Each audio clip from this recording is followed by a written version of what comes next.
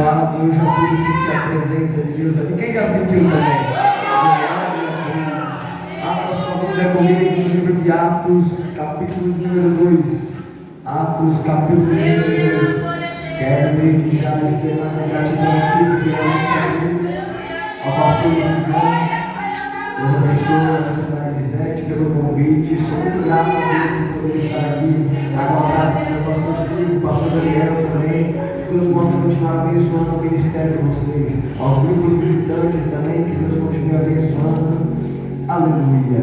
Venha acompanhado ali com uma caravana da Belém. O jovem William, o Mateus, meu pai que está comigo ali também. Que Deus possa continuar abençoando a cada um deles. Aleluia. Vamos para a palavra. Atos capítulo 2, verso 37. Quem achou, amém. Atos capítulo 2, verso 37. E ouvindo eles isto, confundiram-se em seu coração e perguntaram a Pedro e aos demais apóstolos: que faremos, varões irmãos? E disse-lhes Pedro: arrependei-vos e cada um de vós seja batizado em nome de Jesus Cristo para o perdão dos pecados, e recebereis o dom do Espírito Santo. Repita comigo: recebereis. Mais forte: recebereis o dom do Espírito Santo. Aleluia. Se assente glorificando o nome de Deus. Meus amados irmãos, o texto que acabamos de fazer menção vai se passar no livro de Atos, no capítulo 2, que é quando estava se cumprindo o dia de Pentecostes. A gente pode ver no primeiro versículo do capítulo 2, onde vai falar do dia de Pentecostes. E este momento a qual nós lemos no verso 37, é o momento a qual Pedro já está pregando. Pedro prega, mas antes de Pedro pregar, eu quero explicar um pouco do contexto daquilo que estava acontecendo. Passava-se uma festa de Pentecostes no Egito. A festa de Pentecostes era conhecida numa tradição judaica como festa da colheita. Festa da colheita do trigo, comemorada-se 50 dias após a Páscoa, por isso o nome Pentecostes, que significa 50º dia. Mas para comemorar-se no dia de Pentecostes, primeiro precisaria ser passada a Páscoa. Passada a Páscoa, naquele tempo ainda tinha outro significado. O domingo de Páscoa não tinha o mesmo significado que tem agora. O domingo de Páscoa antes significava a libertação do povo de Israel do Egito.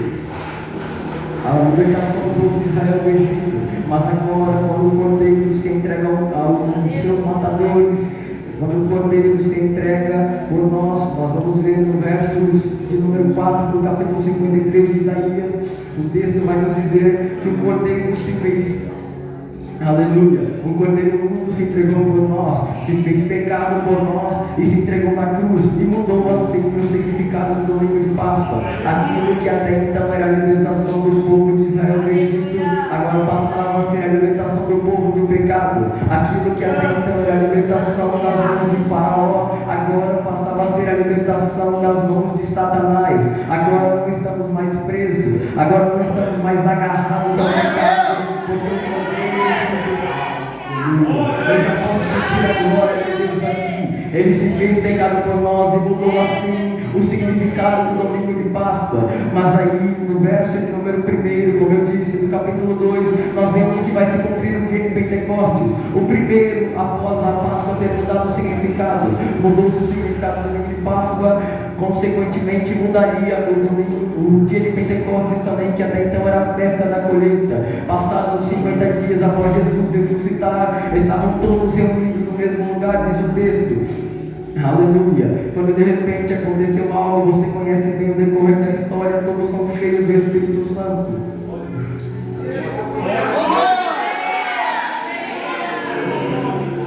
Cumpriu-se o dia de Pentecostes. Aquilo que até então era a festa da colheita do trigo passava a ser agora a colheita das almas para o reino. Agora a promessa estava sendo cumprida, porque Jesus falou antes de subir: eu vou, mas vos deixarei o Consolador. Ele então envia o Consolador no livro de Atos, no capítulo 2, cumprindo outra promessa também, que foi quando ele disse em Lucas, no capítulo 24, verso 49, quando ele fala: permanecei em Jerusalém até que do alto sejais revestidos de poder. O povo que ficou em Jerusalém foi revestido de poder, cumprindo assim uma promessa. Aleluia. Agora a gente pode entender aqui que estavam todos reunidos para comemorar a festa de Pentecostes. Seria mais uma festa normal, mais uma festa comum, mas o que eles não sabiam é que era o dia que Deus tinha reservado para cumprir a promessa. De repente você chegou num culto como esse, achou que seria só mais um culto normal, achou que seria só mais uma festividade de jovens como qualquer outra,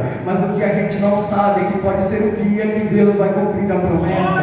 Aquilo que ninguém sabia, a gente achava que seria mais um culto, mais um dia normal, mas naquele dia o céu abriu e o Espírito Santo desceu e todos foram cheios. Aquele dia a promessa se cumpriu. Cumprindo-se a promessa, Pedro vai começar a pregar, mas antes dele começar a pregar, nós vemos no verso 13 que alguém vai se levantar para dizer: estão cheios de mosto, porque o povo falava como se estivessem bêbados, não dava para entender o que eles falavam, e eles se mexiam de forma inusitada talvez, e aí o povo falava: estão cheios de mosto. Mas quando alguém se levantou para falar que eles estavam cheios de mosto, que estavam bêbados, Pedro se levanta para falar: mosto coisa nenhuma, isso aqui é cumprimento de promessa. Aleluia, para o Senhor, que Deus está querendo dizer aqui essa noite. De repente você está sendo atacado, de repente você está tendo algum levante da parte do mundo, da parte de Satanás, mas para Pedro pregar, primeiro alguém precisou se levantar para falar mal.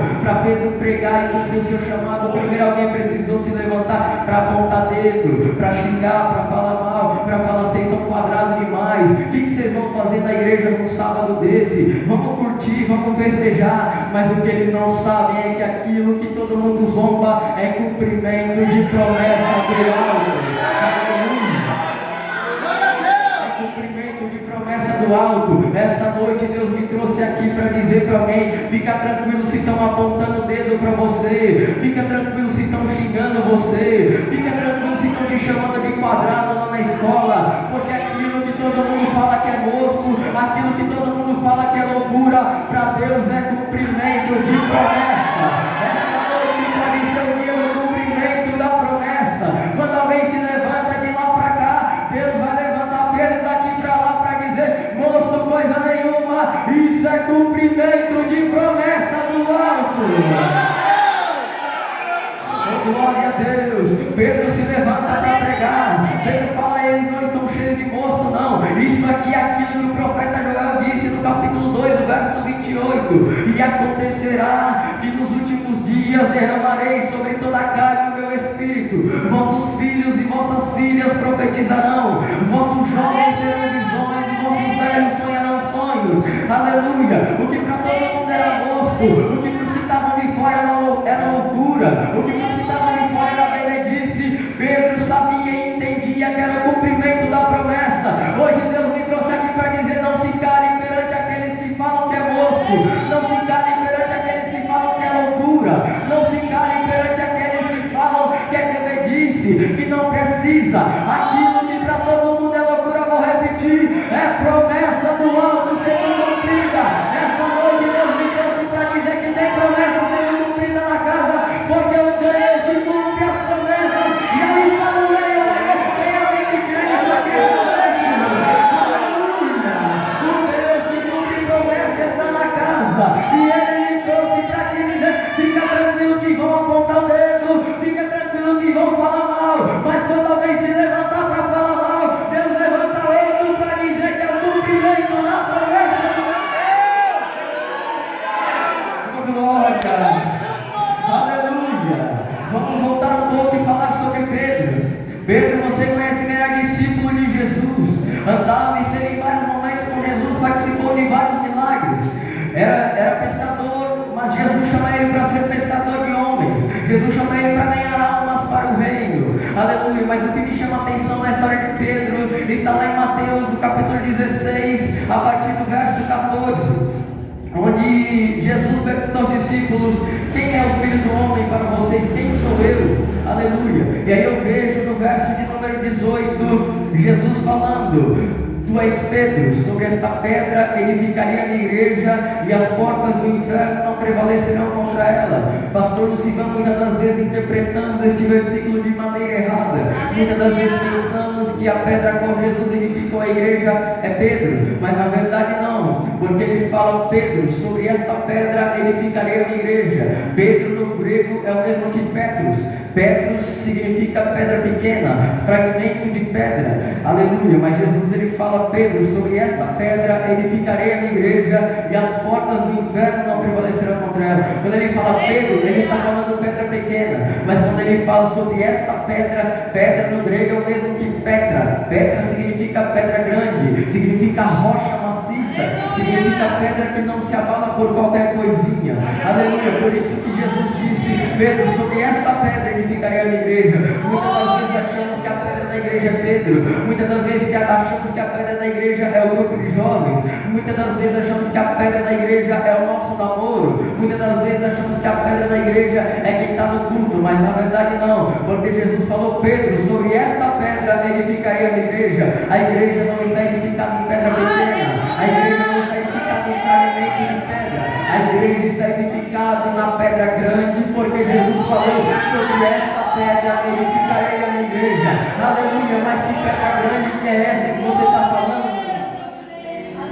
Aleluia. Que pedra grande é essa que você está falando, meu irmão? Nós podemos ver ali no livro na carta de Paulo aos Coríntios, no capítulo 3, verso 11, onde ele vai dizer que ninguém pode tirar o fundamento a qual já está posto, fundamento este que é Jesus Cristo, aleluia. Nós entendemos já só nesse versículo que a pedra da igreja não é Pedro, que a pedra da igreja não é quem vem no culto, que a pedra da igreja não é o nosso namoro, não é o nosso relacionamento com o povo, mas que a pedra da igreja é o fundamento a qual já está posto, fundamento esse que é Jesus Cristo, aleluia. Nós vemos também no livro de Atos, no capítulo 4, verso 11, onde vai dizer: ele é a pedra que foi rejeitada pelos edificadores, a qual está posta de esquina porque é uma pedra que não se mexe, é uma pedra que permanece, é uma pedra que é o mesmo ontem, é o mesmo hoje e será o mesmo amanhã, é uma pedra que fala ontem, fala hoje e continuará falando amanhã. Hoje eu vim para dizer que a pedra da igreja não é Pedro, a pedra da igreja não é pregador de fora, a pedra da igreja é Jesus Cristo. A igreja não está firmada no homem, a igreja não está firmada no templo, a igreja está firmada em Jesus Cristo, em Jesus Cristo, em Jesus Cristo. A pedra da igreja não é uma placa, a pedra da igreja não é um terno, a pedra da igreja não é gravata, a pedra da igreja é Jesus Cristo. Essa noite eu estou pregando para jovem que não tem a pedra, não tem a igreja, não tem o ministério firmado em Pedro, mas que tem o ministério firmado na pedra viva. Eu estou pregando para jovem que não tem ministério firmado em pedra pequena. Aí se ele terminar comigo eu paro de orar, se ela terminar comigo eu paro de ir na igreja. Hoje Jesus me trouxe aqui para dizer: o fundamento da igreja não é o namoro, o fundamento da igreja não é o que acontece aqui, o fundamento da igreja é Jesus Cristo. É Jesus que tem alguém firmado nessa pedra essa noite. O fundamento da igreja é Jesus Cristo. Hoje ele me trouxe para dizer: essa pedra não é uma pedra inanimada, não, é uma pedra viva.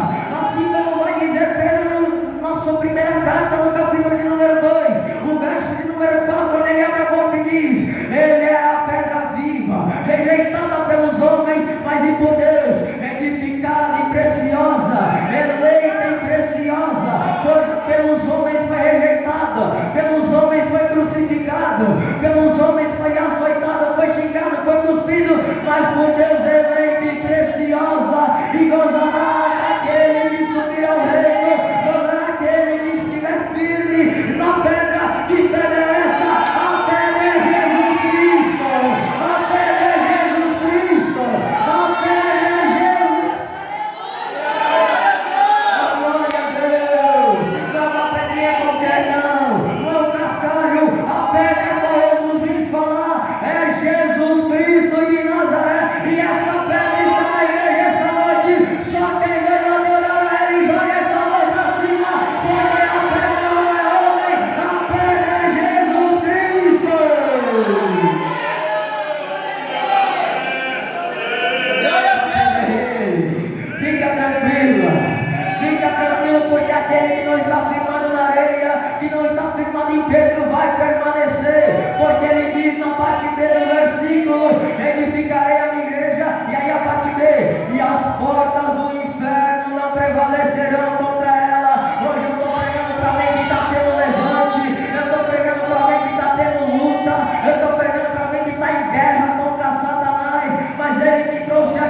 dizer: aquele que estiver firmando sobre a pedra que é Jesus, as portas do inferno não vão prevalecer. Fica tranquilo, ele fala porta, porque porta não é instrumento de ataque, é de defesa. Então não é que a gente vai ter medo do inferno, é a igreja que vai daqui para lá saqueando o inferno, ganhando alma e dando glória para Jesus, porque a pedra viva está aqui, a pedra viva é quem vai conosco, a pedra viva é quem nos chamou. Essa noite a pedra viva está na casa para dizer: fica firme nela, fica firme na pedra. Pode ficar tranquilo que se estiver firme não cai, se estiver firme até balança, se estiver firme pode até dar uma coisinha ali, pensar que vai cair, mas se tiver na pedra não cai, se tiver na pedra não cai. Sabe por quê? Porque o ministério que está firmado em namoro quebra, ministério que está firmado em pastor em internet quebra, ministério que está firmado em alguém que a gente vê que acha bom cai, mas se aquele que estiver firmado na pedra viva, o texto vai dizer: as portas do inferno não prevalecerão.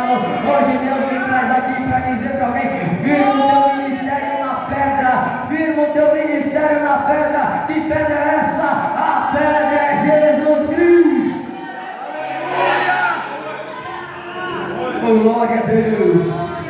Glória a Deus. Agora ele vai dizer: e as portas do inferno não prevalecerão contra ela.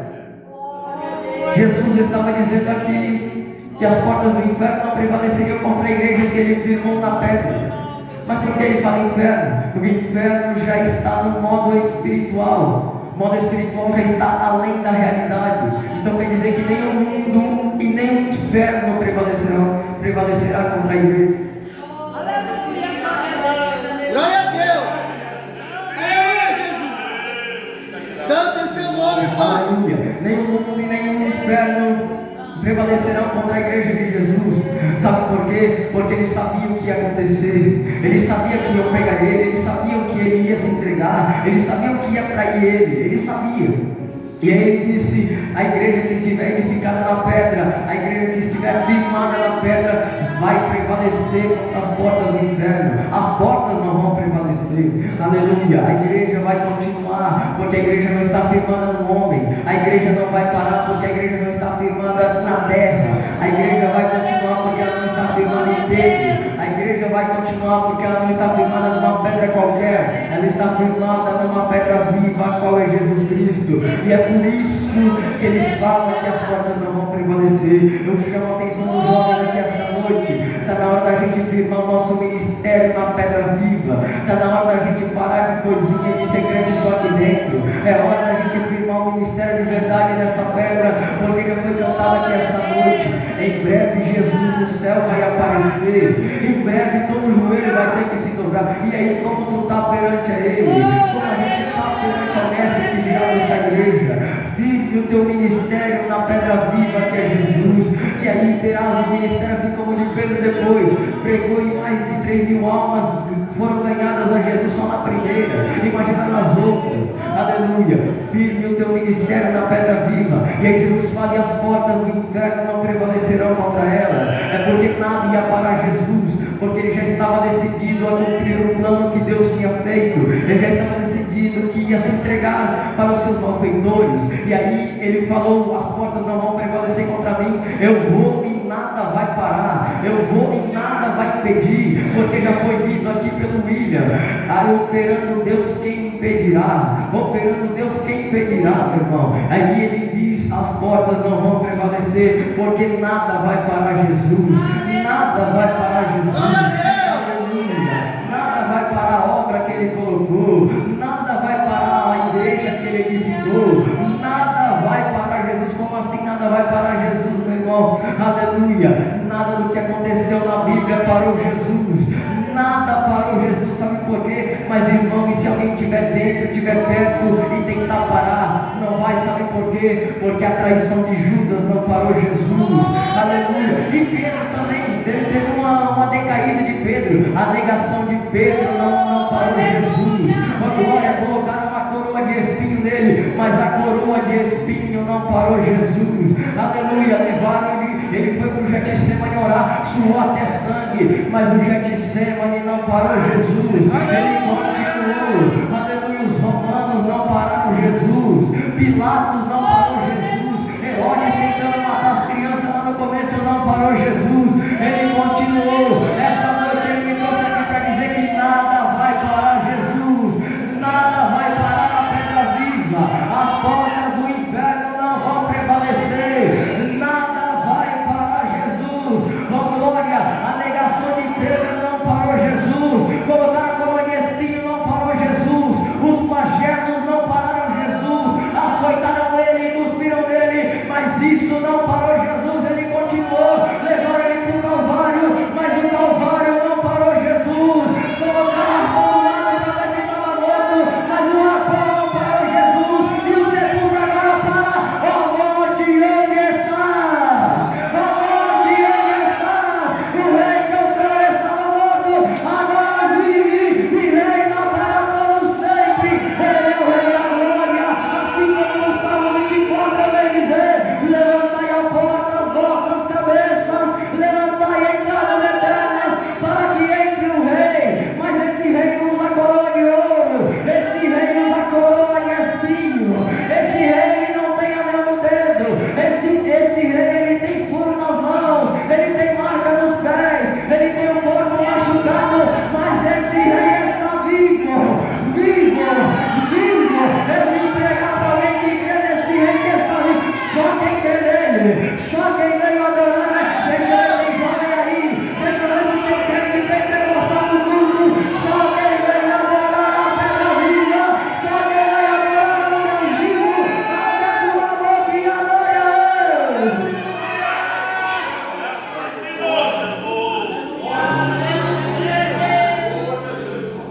As portas do inferno não vão prevalecer. As portas do inferno não vão prevalecer contra a igreja do Senhor. Pode ficar tranquilo, meu irmão.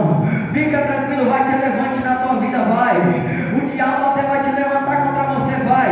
Mas aquele que estiver firmado na pedra vai continuar. Aquele que estiver firme na rocha eterna, que é Jesus, vai continuar. Não vai morrer. Essa noite Deus me trouxe para te dizer: essa enfermidade não é para a morte, essa luta não é para a morte, de cansaço você não morre, na guerra você não morre, Deus vai cuidar, Deus vai bradar, porque você está firmado, não no homem, não na igreja da terra, não nos templos, não nos pastores famosos de internet, mas sim na pedra viva que é Jesus.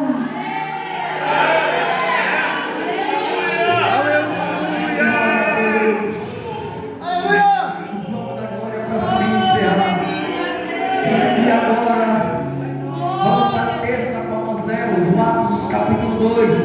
Pedro vai dizer: arrependei-vos e cada um de vós seja batizado. Percebeu o missionário Lisete que há uma cronologia quando Pedro fala. Ele fala: arrependei-vos e cada um de vós seja batizado. Quando ele usa o cada um de vós, ele está falando na individualidade e falando no modo arrependei-vos. Ele fala: arrependei-vos que cada um de vós seja batizado. É uma individualidade, porque não tem como eu ser cheio só pelo meu irmão que está do lado. Não é porque eu acompanho tal pessoa que é cheia que eu sou cheio também. Por isso que ele vai dizer que cada um de vós seja batizado. Que a tua entrega seja individual, que o teu louvor também seja individual. Lógico, trabalhando em conjunto para ganhar as almas, mas que a tua entrega seja individual também, e cada um de vós seja batizado. E ele, antes dele falar e cada um de vós seja batizado, ele fala: arrependei-vos. Quero usar aqui nesse contexto o batismo da sua maneira espiritual e não física. Batismo na maneira física, qual Pedro estava dizendo, é o batismo nas águas, que é você entrar num tanque com água e o pastor te batizar em nome do Pai, do Filho e do Espírito Santo. Mas o que eu quero tratar aqui é sobre o batismo na sua maneira espiritual. A maneira espiritual, o texto espiritual do batismo é matar o velho homem, é sepultar o velho homem para que nasça uma nova criatura. Então entendam que agora eu vou falar sobre o batismo de uma maneira espiritual. E aí ele vai dizer: arrependei-vos primeiro, porque às vezes a gente está tentando matar o velho homem, mas sem se arrepender do que fez ontem. Muitas vezes a gente está tentando ser uma nova criatura, mas sem se arrepender do que fez ontem, sem se arrepender do que fez hoje, sem pedir perdão para o irmão, sem pedir perdão para o irmão. Essa noite Deus está tratando aqui, meus irmãos. Ele está dizendo: arrependei-vos e cada um de vós seja batizado. Mas antes de matar o velho homem precisa haver arrependimento. Antes de matar o velho homem precisa haver lágrimas do perdão. Precisa haver o perdão, precisa haver o arrependimento genuíno da alma. Porque até João Batista ele vai dizer: arrependei-vos porque é chegado o reino dos céus. E aí Pedro prega da mesma maneira: arrependei-vos porque esta é a mensagem que salva, meu irmão. Não tem como eu vir aqui só gritar, só falar, só ter movimento, se não tiver a palavra verdadeira. A palavra verdadeira é essa: arrependei-vos, pois vos é chegado o reino dos céus. Sem arrependimento não encontraremos com o Mestre. Sem arrependimento não encontraremos com o nosso noivo. Sem arrependimento não tem como a gente ser cheio. E é por isso que depois recebereis o poder. Porque primeiro tem o arrependimento, depois tu é batizado, depois tu mata o velho homem, depois você mata a tua carne e faz dela uma nova criatura. Aquele que desceu nas águas vai ficar e vai subir ali uma nova criatura. Por isso ele vai dizer: arrependei-vos e cada um de vós seja batizado. Entenda que a busca do teu irmão não serve para você também. A busca do teu irmão é válida, mas você precisa ter a tua. Você precisa ter a tua intimidade com Jesus. Precisa ter a tua busca, o teu joelho, as tuas lágrimas para Deus também. Não tem como me apoiar no meu irmão que é cheio. Não tem como me apoiar no meu amigo que é cheio. Não tem como me apoiar em tal pastor que eu acompanho, no meu pastor da igreja, só porque ele é cheio, eu sou também não, irmão. Arrependei-vos e cada um de vós seja batizado. Veremos também Atos no capítulo 2 ainda, quando descem as nuvens de fogo, vai dizer que pousou sobre cada um deles. Sobre cada um deles também há uma individualidade a qual Lucas escreve. Oh glória! Não tem como a gente ser cheio pela entrega do nosso irmão, se a gente não buscar, se a gente não ajoelhar, se a gente não clamar, pedindo perdão. Senhor, eu não posso nada, Senhor, eu não consigo nada, eu não faço nada se a tua graça não for comigo. Arrependei-vos e cada um de vós seja batizado. É a mensagem que Pedro nos deixa. Ganha-se então muitas almas. Aqui já fica uma mensagem para nós que pregamos. Não precisamos de uma palavra com movimento, com muito ensino. Não que não tem que ter ensino, mas a gente não precisa mostrar aquilo que a gente sabe. A gente só precisa pregar a palavra verdadeira. A palavra verdadeira é esta que aqui Pedro pregou, aqui João Batista pregou: arrependei-vos, porque é isso que vai salvar. O meu conhecimento aqui na terra não vai fazer diferença lá no céu, mas o meu arrependimento pode me colocar lá dentro. O meu arrependimento pode fazer o mestre encontrar comigo. O mestre encontrando comigo, estaremos juntos quando ele voltar e ouviremos assim como disse em Mateus 25. Aleluia! Glória a Deus! Filhos benditos de meu Pai, tomai por herança o reino que vos está preparado desde a fundação do mundo. É isso que o arrependimento faz. O arrependimento nos dá um lugar no céu. O arrependimento nos dá um lugar com Ele, perto dEle, podendo olhar face a face para Ele. Aleluia! E aí Pedro vai dizer: arrependei-vos e cada um de vós seja batizado. Você se arrependeu, você matou a tua carne, receberás o poder do Espírito Santo, receberás o dom do Espírito Santo. Você já profetizou aqui: e recebereis o dom do Espírito Santo. Aleluia! E recebereis o dom do Espírito Santo. Depois de quê? Depois de ter um arrependimento, depois de se arrepender dos teus pecados, e depois de matar o velho homem e trazer para o mundo uma nova criatura, renascida em Deus e queimando na pedra que é Jesus. Glória a Deus! Eu posso sentir a graça dele aqui essa noite. Tem alguém no culto ainda, pode dizer amém? Aleluia! Nos colocamos em pé, pastor, em nome de Jesus. Oh, glória a Deus! Glória a Deus! Se alguém veio para buscar o poder do alto, pode adorar a Ele, que Ele está na casa. Se alguém veio para buscar algo que vem do alto, pode adorar a Ele, que Ele está na casa. João e Mateus preparam o louvor em nome de Jesus. E agora Pedro vai dizer que recebereis o dom do Espírito Santo depois do arrependimento. Essa noite Deus me trouxe para falar para jovens aqui essa noite. Arrependa-te do teu pecado, porque Ele ainda te espera. Arrependa-te daquilo que tu fez, porque Ele ainda te espera. Porque Ele é o único que pode tirar alguém das drogas e trazer aqui para dentro. Verdade, Deus. Ele é o único que pode tirar alguém da prostituição. Oh, glória. E fazer cantor, fazer pregador da obra. Aleluia. Ele é o único que pode buscar onde o homem não busca, onde todo mundo já desistiu, onde todo mundo já está xingando, e levantar para pregar o evangelho verdadeiro e genuíno. Pedro era apenas um trabalhador, mas aí Jesus encontrou com ele e depois prometeu Pedro: ficar em Jerusalém até que do alto sejais revestidos de poder. Essa noite eu estou falando para alguém que talvez queira desistir, eu estou falando para alguém que talvez queira sair da igreja, queira parar de orar, queira parar de buscar, mas fica tranquilo, permanecer em Jerusalém até que do alto sejais revestidos de poder. Permanecer em Jerusalém, porque aquilo que vem do alto, aquilo que vem de cima, homem não pode tirar. Ai meu Deus do céu, homem não pode saquear, homem não pode levar, inferno não pode parar. Aquilo que vem do alto vai ser cumprido. Essa noite há uma promessa sendo cumprida na vida de crente. Essa noite só para alguém não pode é melhor do que esse. Essa noite a promessa vai ser cumprida. Aquilo que tu veio buscando, falando: Senhor Jesus, me encontra, me alcança. Pode adorar que Ele está na casa essa noite. Pode clamar que Ele está na casa essa noite. Está batizando, está encontrando, está salvando e está transformando. Meus irmãos, que não ia ser só mais um culto, que não ia ser só mais um dia, só mais uma festa, mas que venha ser o dia do cumprimento da promessa vinda do alto. Aleluia! Só quem crê que tem promessa sendo cumprida essa noite. Gostaria de chamar os jovens para vir aqui na frente, para a gente fazer uma oração. Os jovens vêm aqui na frente em nome de Jesus. Pode vir. Aleluia! Vem, mas vem com o coração aberto. Você que veio querendo, sentindo, clamando por uma bênção.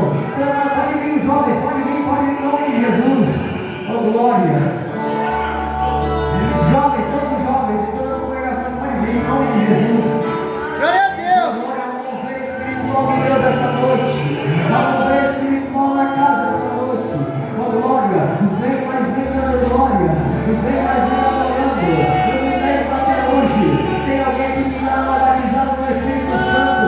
Adore a Ele. Eu me lembro até que Ele me encontrou com o batismo. Eu estava no culto, era um congresso de jovens no primeiro dia.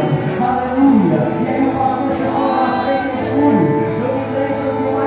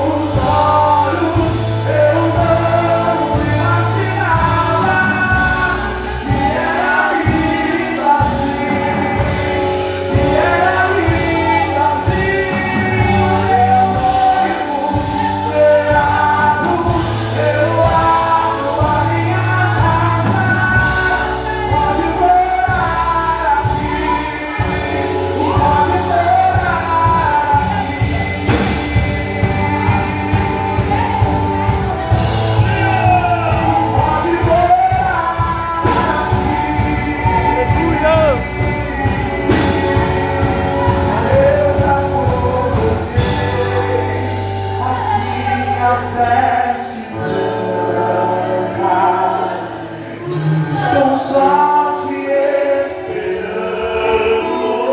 Vem, vamos dançar.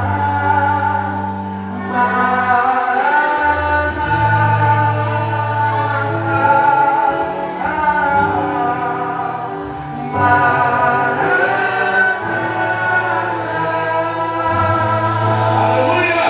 Posso ouvir uma vez a palavra? Glória a Deus. Por favor. Isso. Com a voz para sempre, estamos encerrando.